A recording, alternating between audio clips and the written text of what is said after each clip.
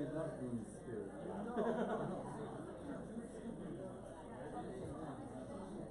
Because one of them said that those guys are young.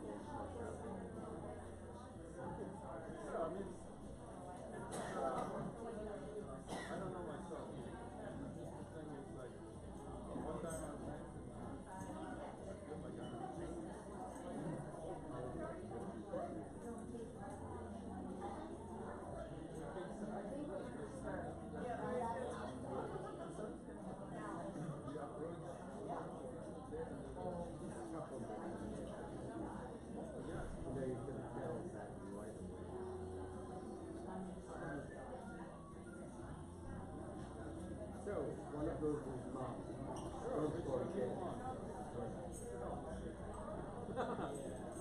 The one with the tail. You want the one with the tail. Don't take no?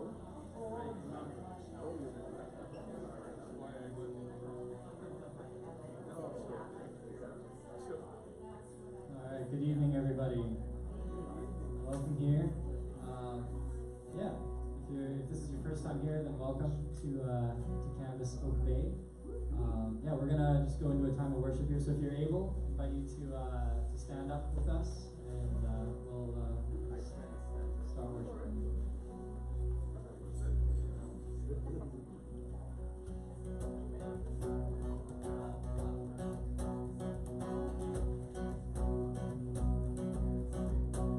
I was buried beneath my shame. Who could carry that kind of weight? It was my tomb till I met you. I was breathing but not alive. All my failures I tried to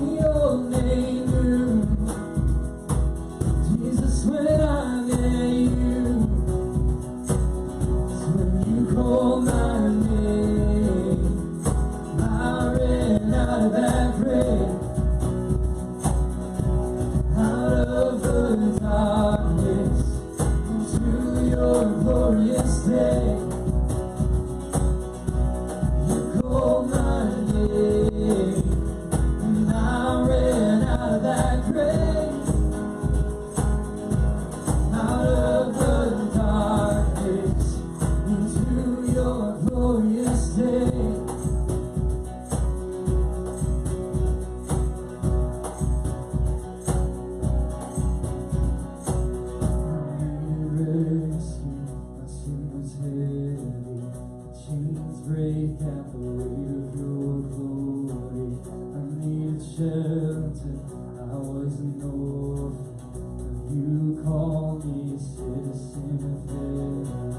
When I was broken, you were my healing. Now your love is the air that I'm breathing. I have a future, my eyes were open, 'cause when you called my name, oh, I ran out of that grave, out of the darkness, into your glorious day. You called my name, and I ran out of that grave, out of the darkness, into your glorious day.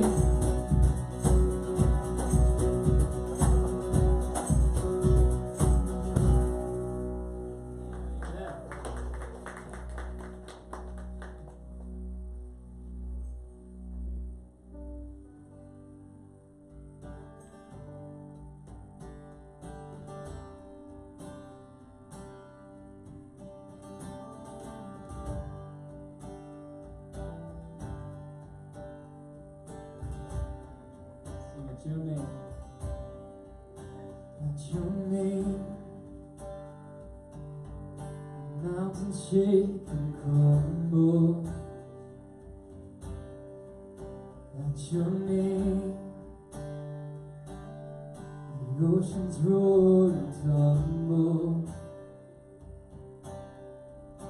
At your name, the angels will bow, the earth will rejoice, your people cry out. Lord of all the earth, we shout your name, filling up the skies with endless praise, endless praise. Yahweh, Yahweh, we love to shout your name, oh Lord. Sing out your name, your name. The morning breaks in glory. Your name, creation sings your story. Your name, angels will bow, the earth will rejoice, your people cry out. Lord of all the earth, we shout your name, filling up the skies with endless praise, endless praise. Yahweh, Yahweh, we love to shout your name, oh Lord. Sing that again. Lord of all the earth, Lord of all the earth, we shout your name, filling up the skies with endless praise, endless praise. Yahweh, Yahweh, we love to shout your name, oh Lord. So there's no one like our God. There is no one like our God. We will praise you, praise you. There's no one like our God. We will sing, we will sing. There is no one like our God. We will praise you, praise you. There's no one like our God. We will sing, we will sing. There is no one like our God. We will praise you, praise you. There's no one like our God. We will sing, we will sing. There is no one like our God. We will praise you, praise you. There's no one like our God. We will sing.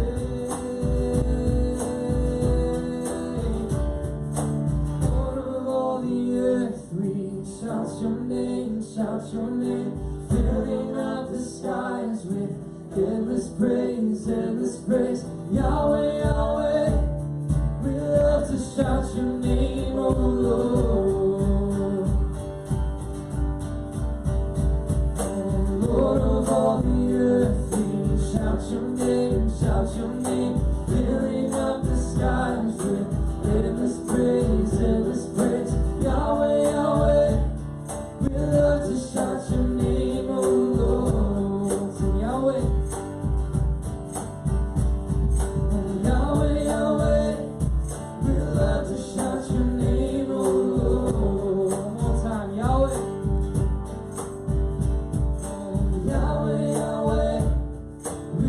love to shout your name, oh Lord.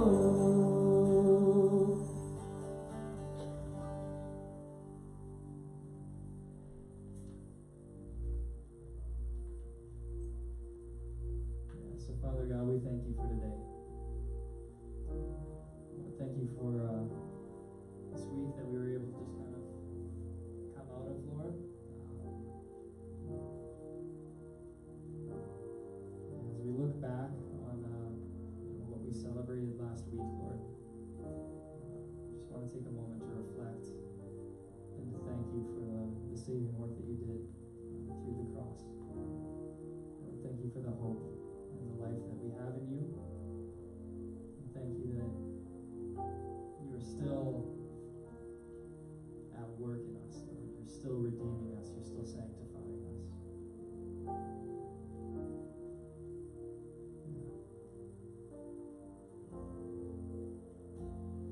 The head that once was crowned with thorns is crowned with glory now.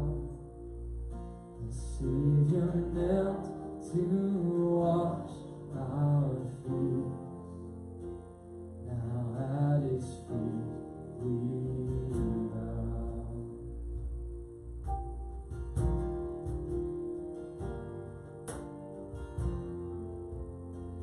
The one who wore our sin and shame, now robed in majesty,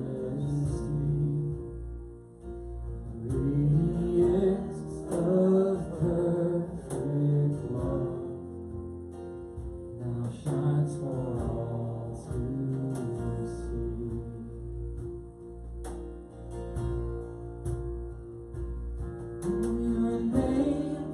Your name is victory. All praise will rise to Christ our King. Your name is victory. All praise will rise to Christ our King.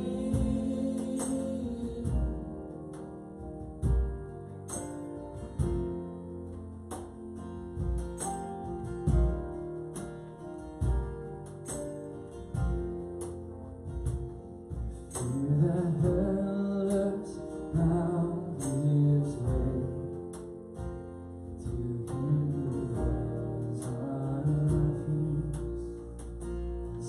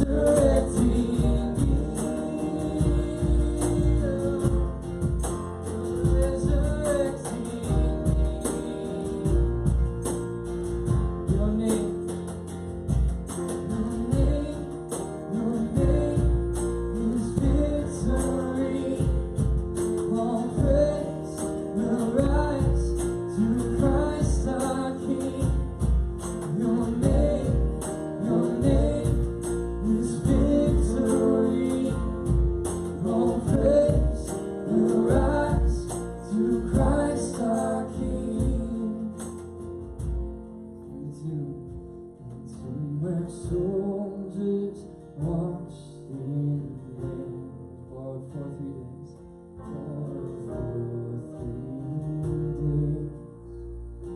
His body there would not remain.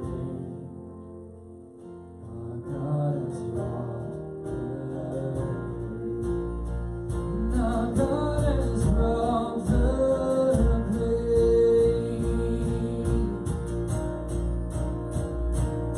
And your name is victory. All praise will rise to Christ our King. Your name is victory. All praise will rise to Christ our King. By your Spirit I will rise from the ashes of defeat. The resurrected King is resurrecting me. In your name I come alive to declare your victory. The resurrected King is resurrecting me.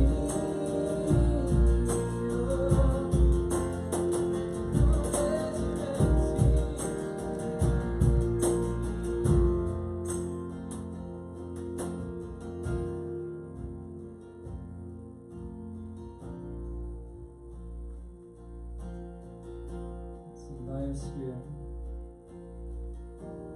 By your Spirit I will rise from the ashes of defeat.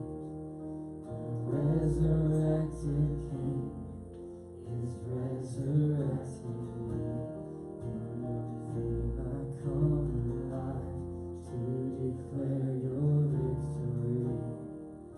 The resurrected King is resurrecting me. So we declare that, Lord. We declare your victory. Father, thank you for the truth that we just sang, Lord. By your Spirit we will rise from the ashes of defeat. Father, thank you for giving us that strength to carry on, Lord, to continue to get back up when we fall. Thank you that you're not absent in our suffering, Lord. Thank you that you are there. You suffer with us, Lord. Father God, you are good. We love you. We pray this in Jesus' name. Amen. Amen. Take a seat.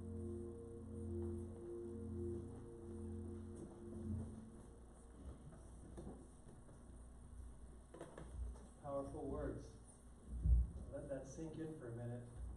No matter what kind of week that you've had, might have been a great one, might have been a not so great one, but the truth is that Easter that we celebrated last week, that's something that we celebrate every single day. That Jesus came, died for us, rose again, and because he had victory over death and over everything, we also can have victory. And so super excited that you're here tonight. Hey, this is my 2-year-old. Say hi to everybody. Hi. Yeah.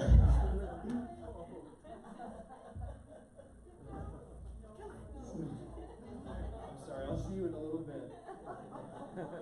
I love that he wants to be around his dad. I was still like that when he was like 15. He's like, Daddy! I don't know if I wanted to come and like grab around my leg at this 15. Sorry. I don't know if I can adjust this at all. I might bring it down just a tiny bit. That's good. So glad that you're here tonight. And if you don't know who we are, we're Canvas Church. There is a Canvas Church on the West Shore.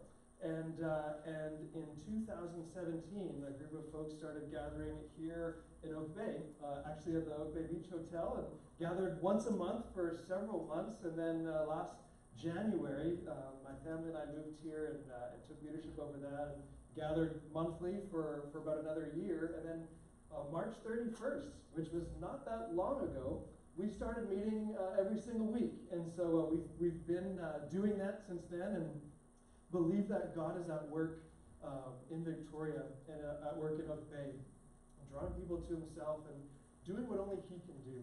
And so you'll often see our sailboat logo.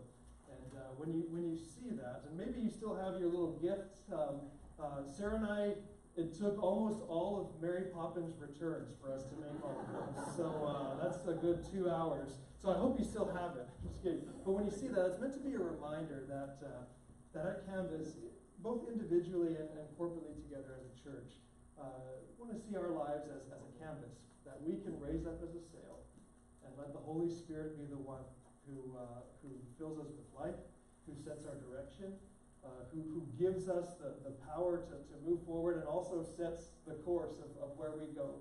And so we want to be those who don't just do things and ask God to bless our ideas, but you say, God, what are you doing? Where are you at work? What do you want to do in Victoria and in Oak Bay?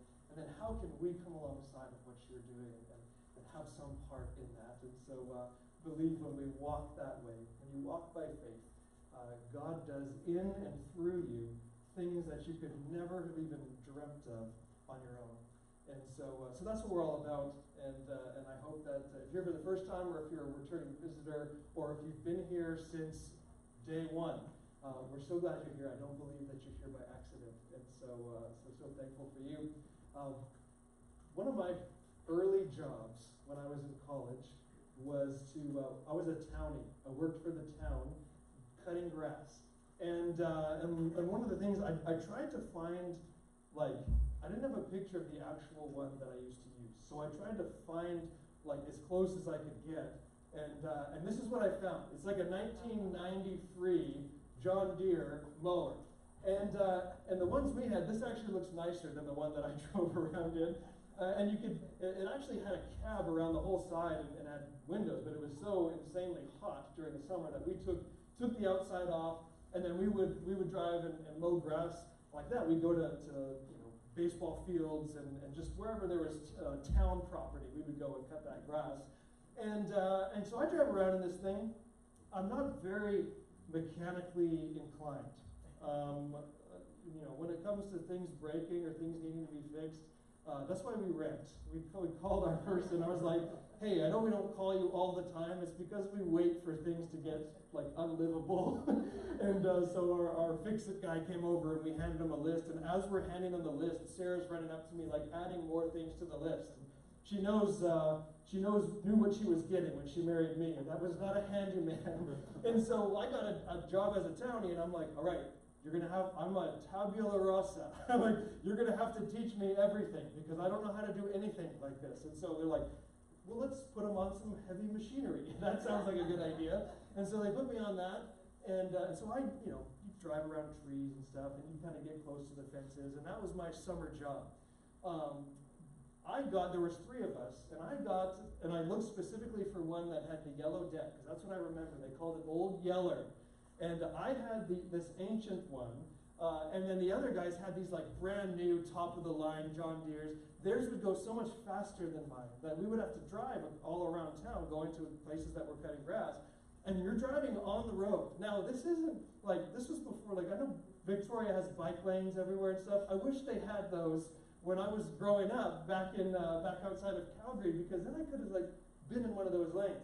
The way we did it is you just drive on the side of the road, and there's semi-trucks whipping past you, and you have no cab, and so I mean it's just you and the great outdoors and the road. Like felt like I might as well have been on a motorcycle, except I was going like 1/35th as fast as a motorcycle would. And we're going down, and these 2 other guys, they would just leave me in the dust. And there I am on Old Yeller, clocking in at like 2 kilometers an hour. It's like, guys, wait! What if something happens? Like, we're not waiting for you. We're going in. And I remember early on into the summer, we go to do our thing, and all of a sudden, Old Yeller starts sputtering, which was not unusual for Old Yeller. But I look, and all of a sudden, I guess I just hadn't been watching, and I look at the gas gauge, and it's at the bottom. and all of a sudden I just sort of coast into a full stop, and I'm done. Old Yeller has run out of gas, so I get on the walkie-talkie and I call my supervisors, and they drive all the way. They bring in a gas can. They do all this stuff. Okay, stay where you are. And I'm thinking, like, hoping no cars hit me. And they come, and they come to my rescue. And as they're bringing in this gas can, they're like, man, like, how did you let both gas tanks run out of gas? I was like, both gas tanks? What is this, like an octopus with like 3 hearts? like what do you mean both gas tanks? And they're like, yeah, you've got a reserve tank. Like, all you have to do is push this button and it flips over to the other tank. But you can't do that like after you've died. Like once you run out of gas, like you can't do that. I was like, well, oops. Like, you would have told me about this during the training. And it was the funniest thing that there I was, stranded on the side of the road. And I actually had a full tank of gas. I had all the fuel I needed to keep going, to keep doing what I was doing, to keep moving forward. I had everything I needed, but what I didn't have was somebody to tell me, man, you've got everything you need to keep moving forward. You don't have to be stuck there. You don't have to be stalled out. You actually have a full tank of gas and you can keep going. You just didn't know about it. You didn't know you had all of this reserve. And I think that's often true with us. I think oftentimes we get stuck. And we don't necessarily need to. And sometimes all we need is somebody to come in who knows a bit more than we do and say, I've got good news for you. You don't have to be stalled out. You don't have to be stuck anymore. There's a way to keep moving forward. Have you ever felt like that? Ever felt like your life stopped moving forward? And you're just like, man, I can look back on days that were exciting and that I was learning and growing and things were going well and my faith was growing, and now I just feel like I'm stuck, like I'm not going anywhere. Have you ever let things in your past maybe hold you back from moving forward? And you look back and maybe there's things you regret. And you're like, man, I just can't get past this thing. I look back at this mistake I made, and that thing holds me captive from moving forward. I think sometimes we actually need to look backwards in order to move forward. And I think stories can help us do this. Stories are powerful. Next week, you'll probably forget just about everything I'm about to say, but you'll remember, oh, he told that story about running out of gas in that old John Deere mower. Yes. Why is that? Because stories are powerful, right? This is why every culture around the world appreciates stories. This is why Avengers Endgame is making a boatload of money while we speak, because people love stories. This is why psychologists are actually learning that we make sense of our lives by understanding them in stories. And they're actually finding that this is a way to help deal with trauma. They said that when something traumatic happens, one of the best things you can do is actually start writing out your story and then put that trauma into your story and begin to understand that this is not just an extra thing that has happened to me from the outside. This is part of my story. This is a chapter of my life. And there was things that came before, and there's things that are going to come after. And this is going to be brought into my life and understood as part of something bigger. Not separate from everything, but part of a story. We're realizing that stories are powerful. This is why we use stories to teach our children. This is why we teach our children values and morality, and we have these different stories like The Boy Who Cried Wolf, or the tortoise and the hare. I was going to say the fox and the hound. We also have that. These stories that teach children valuable things about virtue and morality, because stories are powerful.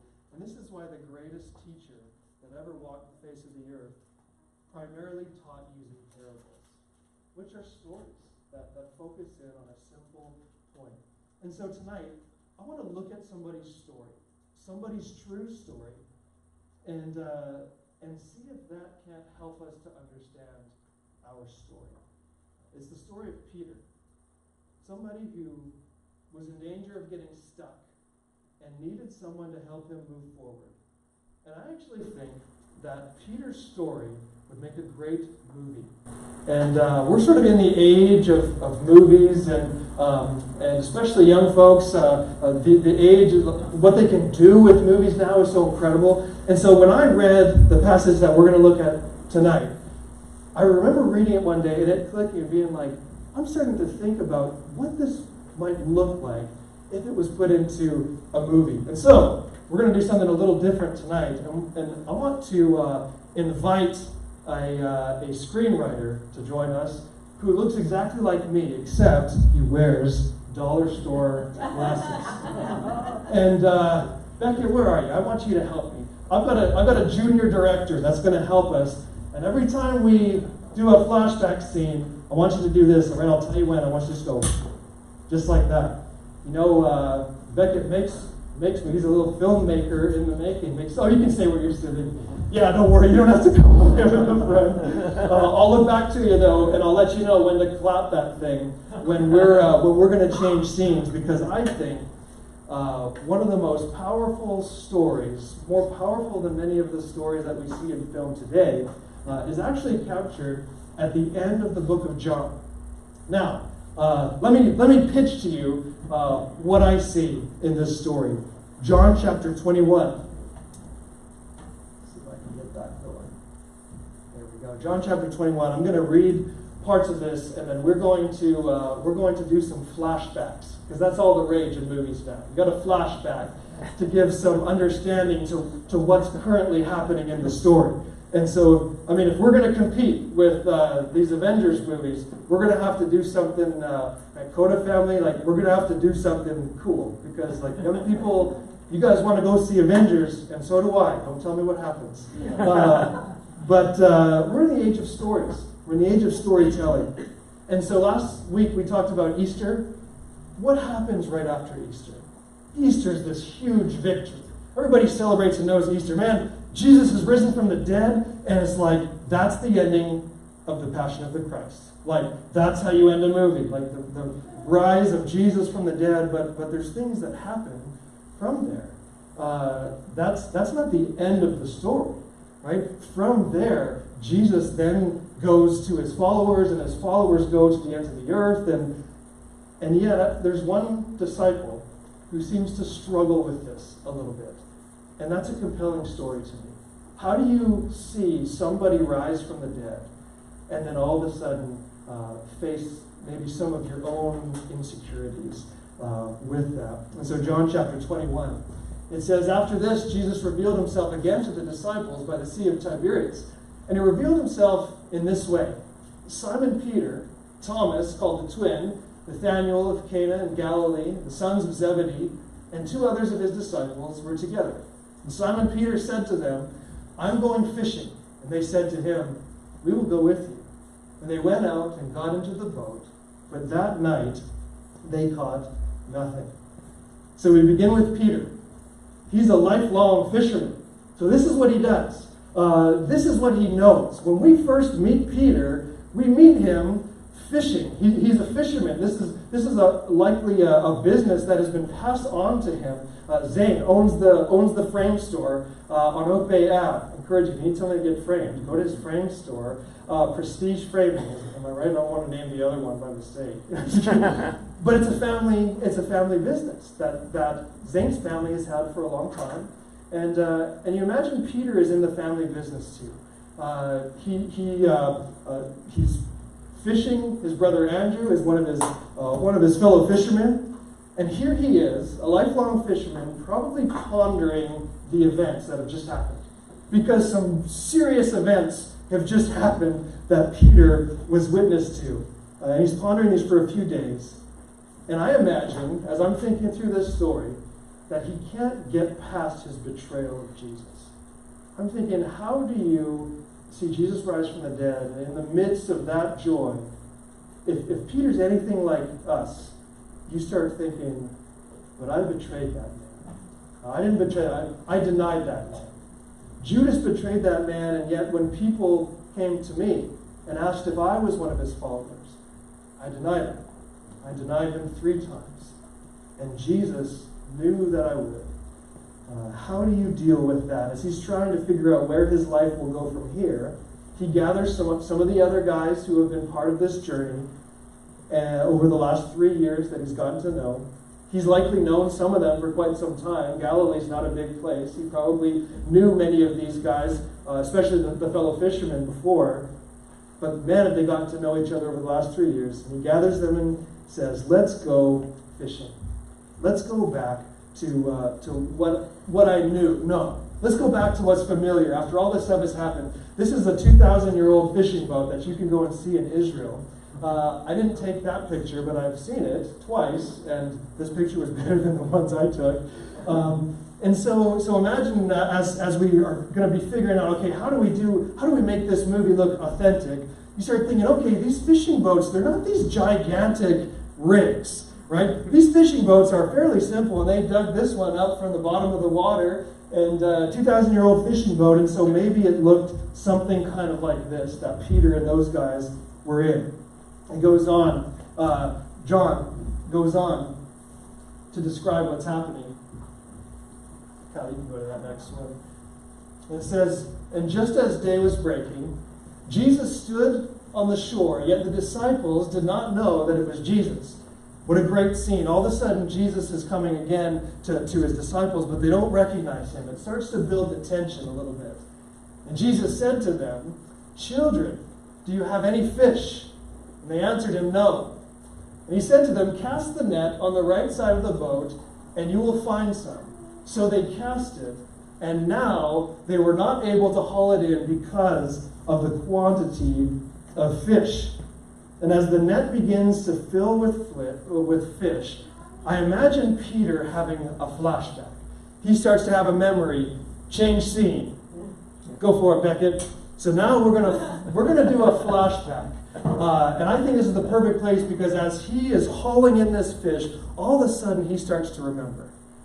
Man, I remember when Jesus first came to me. He remembers his initial encounter with Jesus. And if you remember that, you can find that in Luke chapter 5, 1 through 11. It's a very similar scenario. They're fishing. They fished all night, and they caught nothing. These are seasoned fishermen, and then all of a sudden Jesus shows up on the scene and says, cast your net on the other side. And Peter famously says, well, we've been fishing all night and caught nothing, but because you tell me to, we'll do it. And what happens? Exactly what's happening right now in our scene. The net begins to fill with fish, and they see this incredible miracle. This carpenter on shore, this landlubber, has just told us, seasoned fishermen, how to do our job, and we witness a miracle. And Peter is actually brought to his knees to Jesus. He says, at your word, I will let down the nets. And after that happens, he falls before Jesus. He says, depart from me, because I'm a sinful man. This powerful scene, and as he's remembering this, he remembers my first encounter with Jesus. I see this miracle, and it's so overwhelming to me that I fall to my knees, and Jesus looks at me and says, follow me, and I will make you to be a fisher of men.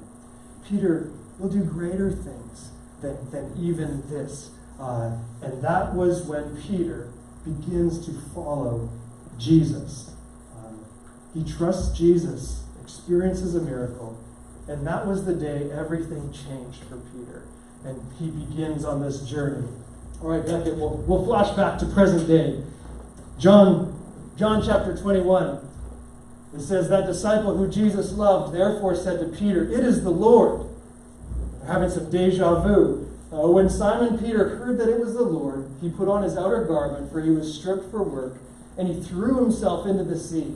And the other disciples came in the boat, dragging the net full of fish, for they were not far from the land, but about 100 yards off. Realization hits Peter. As he remembers back, he remembers, this same thing happened to me. Jesus is doing the same miracle to get my attention, just like he did before. And then John confirms it. The disciple that Jesus loved is how it refers to him. And he confirms this is Jesus. And when Peter finds out that it is Jesus, he goes to jump over the edge. And this is where I imagine he steps up to the edge of that boat. And right before he's about to dive into the water, I imagine he has another flashback. We're going to change scenes. We flash back, and they're in a boat with a storm going on all around them. And as the storm is raging all throughout the water, they see somebody walking to them on the water. And like any of us probably would too, they think something is going on. And they start thinking it's a ghost. There's a ghost coming to us walking on the water. And then they identify that it's Jesus. And Peter calls out and says, Lord, if that's you, tell me to come to you. And Jesus does. And then Peter goes up to the, don't play that yet. We're gonna need sound. That's all right.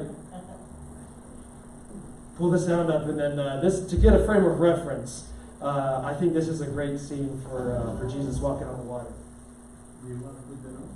Yeah, if you just click the video, it should go from the beginning. But you gotta pause the music.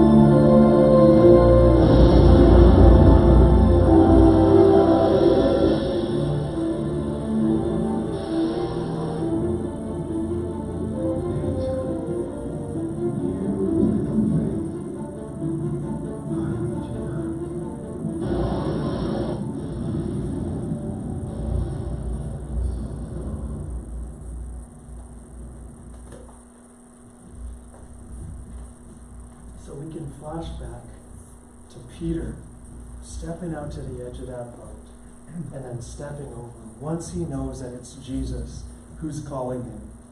And I can imagine as Peter is thinking through this, you can see this on his face, that he's probably thinking, man, I sunk. But you know what? Other than Jesus, I'm still the only person who's ever walked on water. Even if it was just for a second. Jesus says, Peter, why did you doubt? And sometimes you can read that to read it sort of with reprimand. Peter, why did you doubt? But I don't know that that's how Jesus intended it. I think Peter, why did you doubt? You were doing it. You were walking on water. Why did you doubt that I can do anything that I want to do? What an incredible scene that we see as Peter remembers back to when he walked on water. We'll cut back to our main scene. You can go to the verses after that. It says, and when they got out on land, they saw a charcoal fire in place, with fish laid out on it, and bread. And Jesus said to them, bring some of the fish that you have just caught. So Simon Peter went aboard and hauled the net ashore, full of large fish, 153 of them. And although there were so many, the net was not torn. And Jesus said to them, "Come and have breakfast." Now none of the disciples dared ask him, "Who are you?" They knew it was the Lord. Jesus came and took the bread and gave it to them, and so with the fish. And this was now the third time that Jesus was revealed to the disciples after he was raised from the dead. When they get to shore, Jesus invites them to have a meal of bread and fish. And as Jesus passes out their breakfast, Peter is all of a sudden flooded with another memory. And we're going to do another flashback. Beckett, flashback to you're on a hillside. You can go to that. I think I have a picture of this. Do I have a picture of this? Yeah. You can imagine. And John 6 tells this story. In fact, all four Gospels talk about the feeding of the 5,000. Imagine there's this group, this multitude that is there to hear Jesus, and they're so captivated by his teaching that start to get hungry. They realize we skipped lunch, and all of a sudden the people are hungry and they come to Jesus. How are we going to feed these people? Jesus says, "What do we have to give them?" He says, "You feed them." And all we have is a little bit of fish and a little bit of bread. But what is that to so many? And then Jesus does something amazing. So amazing that all four Gospels, I believe this is the only miracle that all four Gospels record of Jesus. It's stuck in everybody's mind. He takes that small offering, blesses it, and begins to distribute to the people. And at the end of the distribution, they realize that 5,000 men have been fed, let alone also the women and children. This vast multitude has been fed, and I can imagine Peter as he's sitting there and Jesus is handing them this breakfast, bread and fish, and they take the bread and fish, and Peter is just overwhelmed by that memory. Man, you remember when Jesus took not much more than what we're eating right now, and he fed the multitudes, and as he's sitting there, and as he's bringing in this memory, he realizes that Jesus is one who cares about the multitudes, but he also cares about the individual. He feeds the 5,000, but he also has an intimate breakfast with his close followers. He realizes this Jesus can do amazing things, but it's more than that. It's about what the miracles tell us about who God is. And this same Jesus who can feed 5,000 can also share breakfast with us on the beach. And Peter is brought back to his scene. So we go back to Peter's scene as he's thinking about all of this, and they begin to eat, and he's remembering these pleasant memories. Man, these things that Jesus did when he called us to that miracle in the boat, when I walked on water to get to Jesus, when he fed 5,000 people, and he's sort of brought into this euphoria, and you can see it as Peter is just reminiscing about all of this, and then his eyes are brought to the charcoal fire. You can put that picture up. And as he's drawn to the charcoal fire, another memory comes up. And this memory is not so pleasant. Peter's been following Jesus at a distance on his way to the cross. He's watching from a safe distance away, and as he enters in, he finds a group of people warming themselves over a charcoal fire. The last place that we hear of a charcoal fire is actually in the book of John, just a few chapters earlier. But at this fire, he gathers there with these others, and people start to ask him, "Aren't you one of Jesus' followers?" And Peter does what he thought he would never do. He denies his Lord. Not just once, not just twice. He denies Jesus 3 times. And a rooster begins to crow, and he remembers that Jesus predicted this. Jesus told me that before the rooster crowed 3 times, I would deny him. And I thought that I never would. And it actually tells us that Peter goes out and he weeps bitterly. Is there a more desperate situation? You can think of a tough fisherman who is weeping bitterly. He has just betrayed his best friend, even as his best friend is going to the cross on his behalf. And we can flash back to Peter as he's sitting and he's staring into that fire and he's realizing that perhaps the last time I was staring into a charcoal fire like this was shortly before I betrayed Jesus. And then this happens. When they had finished breakfast, which may have been an awkward breakfast, as Peter is remembering these things, it says, as they finished breakfast, Jesus said to Simon Peter, Simon, son of John, do you love me more than these? He said to him, yes, Lord, you know that I love you. And he said to him, feed my lambs. He said to him a second time, Simon, son of John, do you love me? He said to him, yes, Lord, you know that I love you. And he said to him, tend my sheep. And he said to him a third time, Simon, son of John, do you love me? Peter was grieved because he said to him a third time, do you love me? Can you imagine what's going on in Peter's mind? He's having to face every time Jesus, are you sure you love me?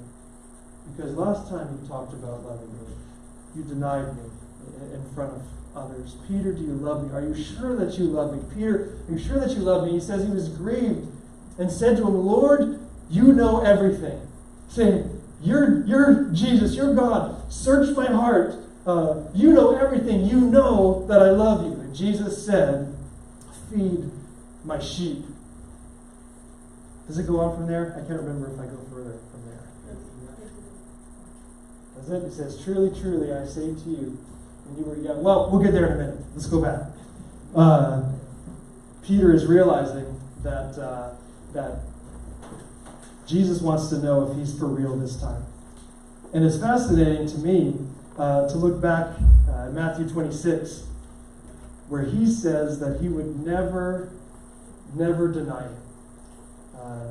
Peter actually stands up and says, even if everybody else, even if all of these guys deny you, I never will. And we can flash back to that scene where suddenly there's Peter, and he's with the other disciples, and they're all hoorahing about, man, we're with you, Jesus, we're with you to the end. And Peter kind of steps to the front and says, even if these guys deny you, even if everybody else falls away, this guy won't. I will die for you, Jesus. I will, anything can happen to me and to these guys, but I will stay with you. And it's a fascinating scene of Peter thinking he's much more than he is. And as Peter is thinking back, do you love me more than these? Every time Jesus asks him that, he looks around to the other guys, and they're probably looking at him like, man, you used to think that you did. You used to think that you loved Jesus more than we did, but then you denied him and you ran away just like all the rest of us. And Peter is brought back to the present. Change scene back to the present, where he's having to face his past, and Jesus is giving him hope for the future. He's saying, Peter, your ministry is not over. In fact, your initial calling is still the same. And as he says, Peter, follow me. You can go to the last set of verses for John 21. He says, truly, truly, I say to you, when you were young, you used to dress yourself and walk wherever you wanted, but when you are old, you will stretch out your hands, and another will dress you and carry you where you do not want to go. This he said to show by what kind of death he was to glorify God. And after saying this to him, he said, follow me. He's saying, Peter, you used to think that you would die for me, for your loyalty, and you didn't. But there's hope for your future. Because in fact, you will one day go on to die for me. Your love has so grown, has so changed, that what you thought you were, you weren't. But you are now. I will make you to become this fisherman. You will have this incredible ministry ahead of you, even facing death. And lastly, Peter does we'll do one more flashback. Of course, these are going to be stretched out to movie length. But we'll do one more flashback to the initial calling of Peter. In Mark 1, 16 to 18, Jesus says, follow me, and I will make you to become fisher of men. In John 21, when Jesus is saying, feed my sheep, it's another metaphor to essentially mean the same thing. Peter is to invest his life in people for the glory of God.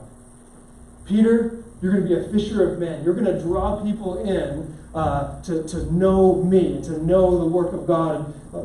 Feed my sheep, tend my lambs. God, Peter, these people, you're in the people caring business. You're going to be a shepherd. You're going to be a fisher of men. These metaphors to say you're going to invest your life in people. They'll be forever changed because you helped them to encounter me. Now follow me. And as we go back to Peter for the last time, scene change, we catch Jesus saying, Peter, follow me. And Peter realizes that the calling on his life has been the same since that first day. When Jesus found him as a fisherman and said, Peter, follow me. And now, even after the miracles, the victories, the defeats, the denials, the calling is the same. Jesus says, Peter, follow me. And I can imagine that we do a close-up on Peter's face. He's been given another chance. And in his heart, he knows that he will never be the same. He feels at peace with this. And until his death, he will boldly proclaim the grace and love and forgiveness that he has come to know. There is good news to tell, and he will be the one to tell it. A smile creeps across his weathered fisherman's face. And as Jesus begins to walk, Peter walks following Jesus to wherever that may lead. And as he walks out of scene, we fade to black, hit credits. And that's what I believe could be a great pitch for the life of Peter. And why I believe it's so powerful is because I think every single one of us sees ourselves in that story. Those are the movies that stick with us. Those are the stories that we remember. They're the stories that we find ourselves in. And we say, man, I've been there. I've been on mountains and valleys with Jesus. Peter, I've had regrets in my life. I've done things that I thought I would never do. I've bragged about how good I was, and then I later fell. Peter, I've denied my best friends. Peter, I've lost courage when I needed it most. Peter, I've had great experiences with Jesus too, and yet there were times where I just wanted to go back to what I knew. I was afraid to follow Jesus walking by faith, so I went back to my fisher's boat. That's what I knew. That's what was easy. That's what I knew I could trust in, because that's what I had always done. And yet Jesus has pulled me away saying, but it doesn't take faith to do that. You know how to do that. Walk with me. Become a fisher of men. And you'll do things that you never could have done on your own. I think that connects to the human heart like all good stories do. And that's why I believe that we can find ourselves in the story of Peter. So does Peter's story resonate with you? Do you see yourself somewhere in that journey? Have you made mistakes in your life? Have you had to deal with guilt? I think the reason it's so powerful is because it's the story of all of us. And yet we have the same basic calling as Peter. Love and follow Jesus. And see where that leads. What is the status of your story right now? Where do we find you? If we're making a script of your story, and we were to drop in, it's still being written. It's not played out yet. We're in the writer's room, and in the process of working your story out. It hasn't hit the silver screen yet. There's some things still to happen. We haven't figured out how it's going to end yet. If we were to drop in right now, where are you in that? Where is your story? Are you stepping over the edge of the boat to walk on water with Jesus and things are just great? Or are you staring into that charcoal fire? And you're like, I really want to move forward. But the regrets in my past and the things that I've done, I don't know if I could. I don't know if God could ever use me. You're maybe stalled out on the side of the road. You've run out of gas and you're not going anywhere. And maybe tonight, Jesus would come alongside of you and say, the way I help you move forward is sometimes by making you look back. Maybe you need to have some flashbacks in your life and remember the goodness of God. Remember those days. Remember those things that he's done for you. Maybe look 2,000 years back before you ever got on the scene and remember Easter. And say, I'm going to flash way back to Easter and say, because of what Jesus did there, it gives me hope now. And you realize you've got a full tank of gas that you had no idea you had. And all you needed was somebody to let you know that it was there. And you can tap into that, and who knows where God wants to take you. And so let's bow our heads together, and I'm going to invite Jake and Stephen. They're going to lead us in one final song as we draw to a close. And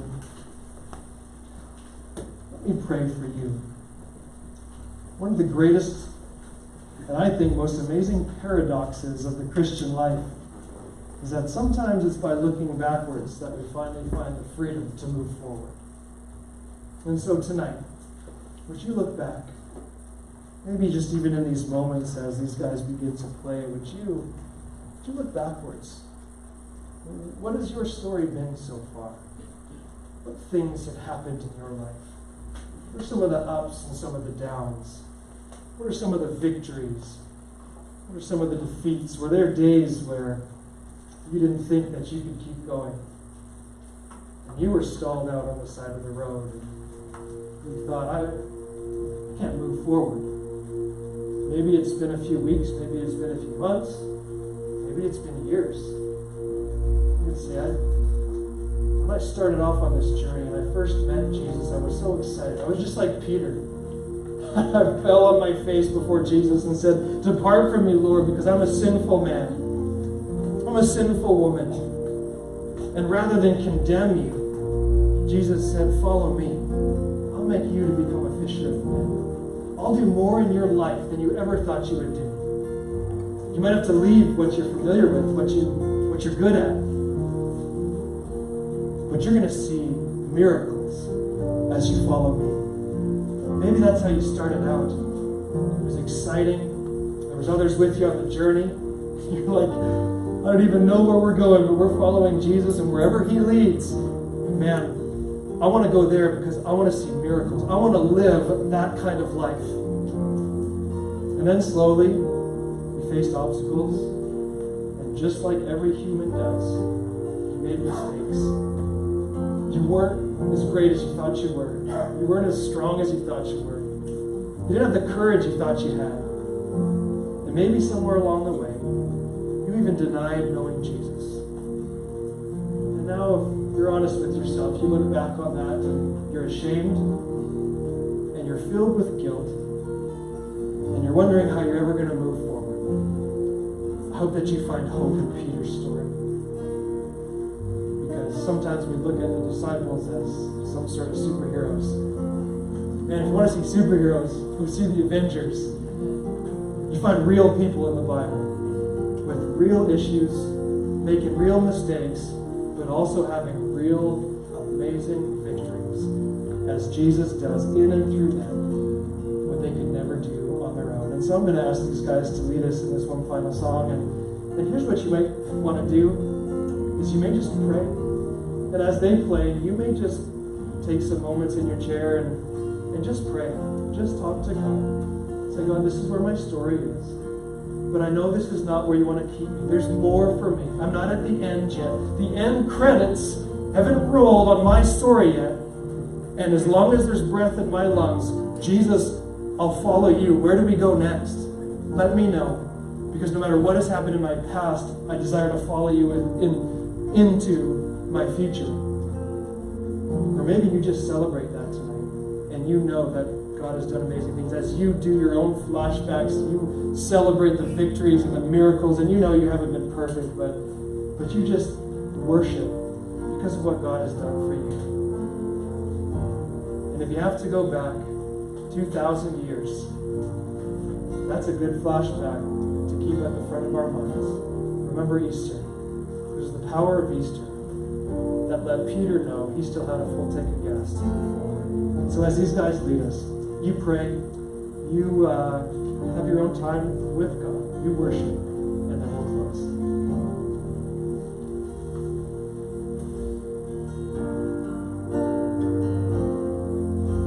My heart is overwhelmed, and I cannot hear your voice. I'll hold on to what is true, though I cannot see. The storms of life they come, and the road ahead gets steep. I will lift these hands in faith, I will believe. And I remind myself of all that you've done, and the life I have because of your Son. And the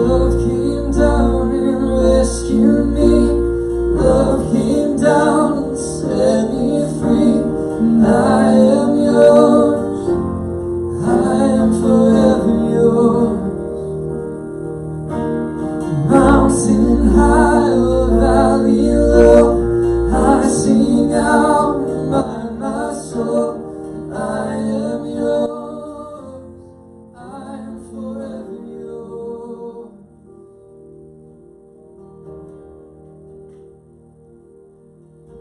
My heart's filled with hope, and every promise comes my way.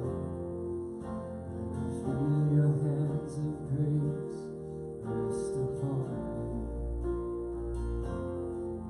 staying desperate for you, God, staying humble at your feet. I will lift these hands in praise, I will breathe.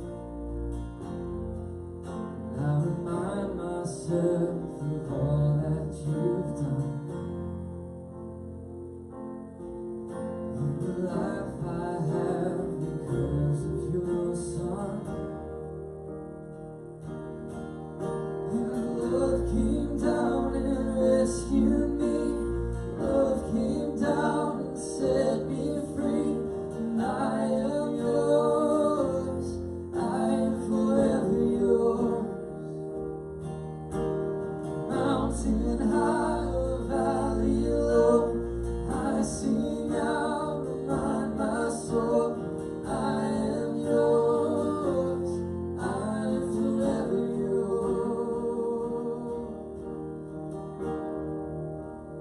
I am yours, I am yours,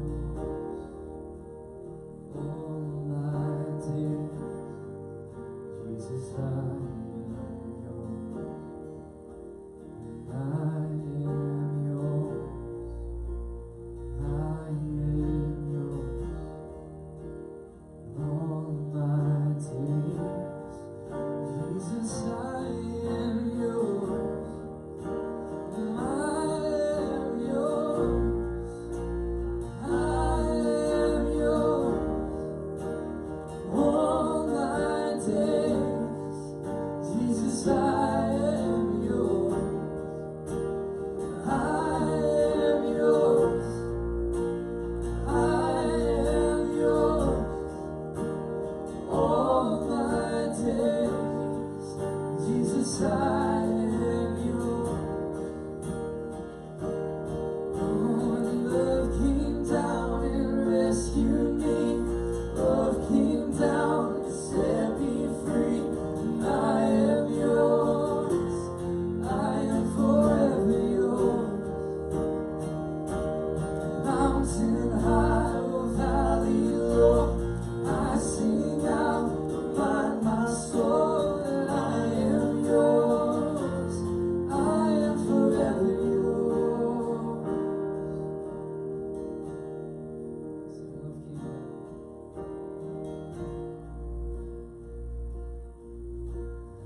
Love came down, rescued me, love came down and set me free. I am yours, I am forever yours.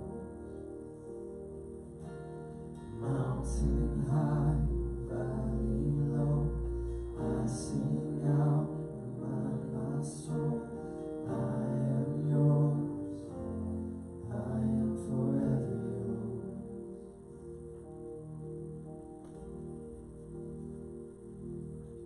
Thank you guys for being here tonight. I hope you're encouraged. I hope you leave this place encouraged. But your story's not over yet. There's more ahead. And so would you allow Jesus to lead you and do what only he can do in your life? If you're here for the first time, there's some envelopes on the seats, and if you wouldn't mind grabbing one of those and filling your information on there as much as you feel comfortable doing. And if you have any questions about some of the things that we do, there's some boxes you can check.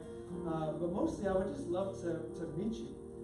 If you're here for the first time, please fill that out. And in just a moment after I pray, would you bring that up to me? And I would love to exchange that for just a small gift. just to say thanks for being here tonight. We want to send you home with something else that maybe can be an encouragement to you in the days to come. And so also, if you're interested in serving in some way in what we do, there's some things you can check there. If you have a prayer request and you just would love for Sarah and I to pray for these things this coming week, there's space that you can put that on the back. If you're regular here and you feel like God is leading you tonight to give towards what we do here, towards the ministries of what we do, you can do that on the back. There's instructions on the back of that card, and you can drop that however you fill this out.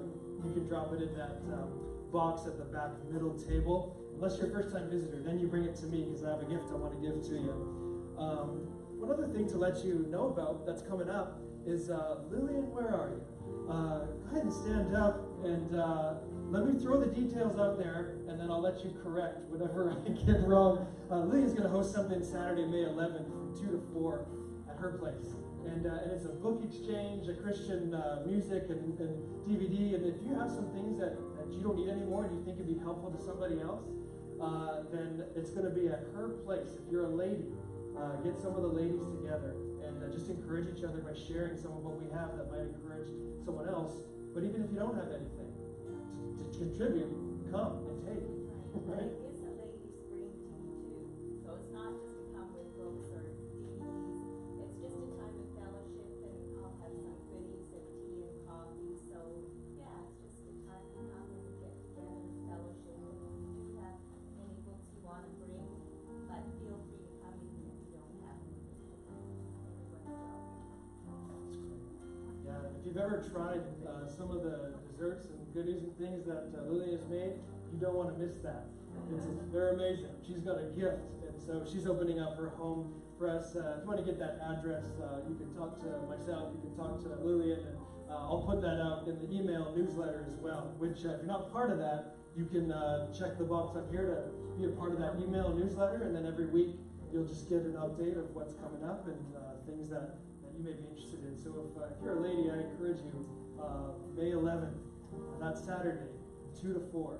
Definitely be a part of that. Just a good time to get together and encourage each other, and eat some good food, and maybe come away with some good books. So let me pray for us, and then we'll finish our time here. But again, there's more to your story. And if you raise your canvas sail and let Jesus be the one that propels you forward, doesn't matter if you think you ran out of gas, because the wind is never ending, right? A renewable resource that keeps coming. And so allow God to be that one who propels you this week. There's more for you ahead. So may he move you forward in these days. God, we thank you. Thank you so much that you see more in us than what we see in ourselves. And we've all been where Peter was. We don't look at him with any sort of judgment because we know maybe all too well what that feels like to have felt like we failed. And so, God, when you look at us, you restore us just like you restored Peter. You didn't rub his face in his past mistakes. God, you moved him forward. May you do the same for each person in this room. Amazing stories all throughout this room, and they're not over yet. And so, God, we pray that you would lead us as you call us to follow you, just as you called Peter. May we see miracles in the days ahead. Not because of how amazing we are, but because that's what you call us to walk with you, to love you, to follow you, that in these coming days we would see in Oak Bay and in Victoria and Vancouver Island, we would be witness to only what you can do. God, that we would see miracles in our day, not just read about them, see them, experience them. God, like Peter, when we get to the end of our days, would our memories be filled with those moments when we walked on water with you, God, when you led us, and we saw the world change. Because you first changed us. We love you. God, would you lead us this week?